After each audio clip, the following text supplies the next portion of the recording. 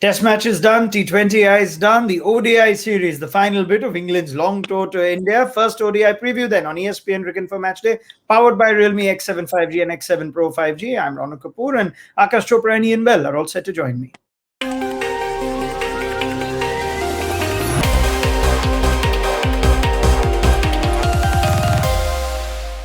All right, gentlemen, the 50-over game. It's been a long time since we've discussed an ODI, but let's get into it. The preview point starts with KL Rahul and Rishabh Pant, almost a theme that's taken from the T20I series. Now, Aakash, dropped after the first 4 T20Is, what do India do with Rahul? Does he make this team, and does Pant play as well? See, in my opinion, Rahul has to play.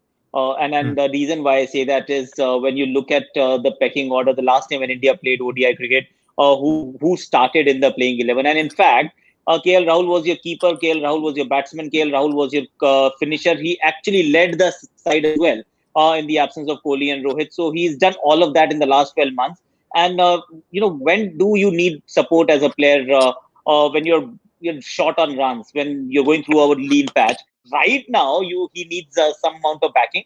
And therefore, come what may, I'll have KL Rahul in the side, even if it's at the expense of Rishabh Pant not making it into the 11. Okay, fair enough. Ian, Rishabh Pant's form seems to be the reason that they want to try and cash in on it for all formats. A relatively quiet T20I series, did his bit in 1 or 2 games, but this is a different format. Is this the format that you would give KL Rahul a go and try and find his confidence back, or will there not be place for both of them? No, I would do. I agree. I completely agree. I think it gives him an opportunity actually just to spend some time in the middle, one before the IPL as well. But it can be just a little bit less pressure than a T20 getting on with it. So we know he's a quality player. It would be interesting to see, because 50-over cricket for both teams at the moment is probably at the bottom of the 3 formats. So whether they give opportunity and maybe rest one of the a Rohit or someone like that now. But I think in terms of Rahul, I think it would be a great opportunity to back him, play the 3 games. He's a quality player and he will come through this. It's just having that support and maybe 1 innings and he'll be back to his best. All right, let's see how Virat Kohli goes. It's anyone's guess what 11 he'll field in the first ODI. Will that 11 include both Yuzvendra Chahal and Kuldeep Yadav, Aakash?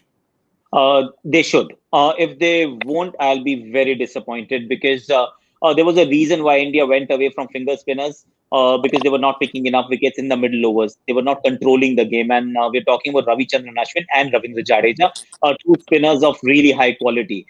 They moved to Yuzi Chahal and Kuldeep Yadav. And I think there was a time when they had played about 25 games together. They had picked up 100 wickets between the 2 of them. Yuzi Chahal has to start. There is no doubt. Now the question is about Kuldeep Yadav. And a lot of people have forgotten that he was fastest to 100 ODI wickets. Just because he's not getting enough opportunities in Test cricket or T20 cricket, even for his franchise, does not mean that he's lost the skill of bowling and picking up wickets. I think this is an opportunity. I will play both of them. England have some selection calls of their own to answer. The last time they played an ODI back in September of last year, they had Jofra Archer, they had Chris Wokes, and they have Mark Wood. They only have one of those 3 names now for selection, Belly. So what happens to the rest of the England bowling? How badly will they miss Archer, and who steps in? Yeah, no, it'd be really interesting to see what happens. I mean, if you look back to that bowling attack that won the World Cup as well, Liam Plunkett has obviously moved on. He was so important through the middle overs, managed to get important wickets. He's gone. Jofra Archer, we know what he does and the consistency he bowls within white ball cricket. He'll be a miss, but again, an opportunity for someone else. But also Chris Wokes as well. Chris Wokes goes a lot under the radar in English cricket, really. Certainly in this format is so consistent, become a really important part of this white ball setup. So he'll be missed, but it gives opportunity to others. We'll see Reece Topley, left arm swing bowler, Tom Curran into the mix. Again, Wood will be there, but again, I can't see him playing all 3 games. So it'll be a very different look of bowling attack that England have had that's made them so successful. But it'll be interesting. Not as much pace as maybe what they've had in the past with no Jofra. But we will see. They'll have different angles. They've obviously also got another wrist spinner in Parkinson that they might play at some point, and maybe they might play 2 as well with Moeen as well. So it'll be very interesting to see what they go with, but it'll be a very different look than what we've seen, certainly when they won the last World Cup. The average first inning score at the MCA Stadium is 292, and teams batting first have won 2, teams batting second have won 2 out of the 4 games that we're looking at in recent times. So are the tosses going to be as important, Aakash? They will be important, but it is only well begun is half the job done. So you can start well. You want to field first, because 50 overs you're bowling with a dry ball. and the pitch also tends to hold up a little bit more. It gets better when there is even if it's slight dew, it just makes a difference, and a fairly significant difference at that. Hmm. So toss is important, but then if you're batting first, for example, like India batted first in the last two T20Is, if you get to 340, 350, see, 9 out of 10 times you'll end up on the winning side. But it's not very often that you would see 350 or scores in the vicinity of 350 are getting chased down that easily, with or without the dew. So if you were to bat first, been asked to bat first, Hmm. get to 325 plus, you are in the game all the time. So it is important, but it's not a make or break, in my opinion. Okay, is it more important for England though, Belly, with their relative lack of experience in the bowling? Would they be better off just having to chase, with the strong batting lineup that they have?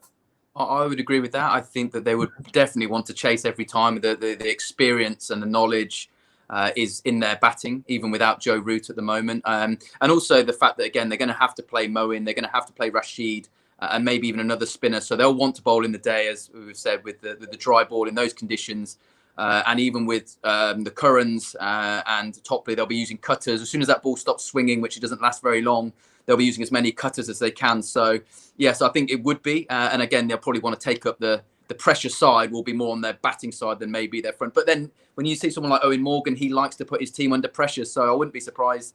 Again, this is a fact-finding series again for him, not just on his batting, but his young bowling attack. He'll be looking to see how they deal with the pressure against a highly skilled Indian side at home. All right, let's see how things go. We'll have a better idea after the first ODI, especially in terms of team selections and whatnot. Thank you very much, Aakash Chopra and Ian Bell. This was ESPN Cricinfo Matchday, powered by Realme X7 5G and X7 Pro 5G.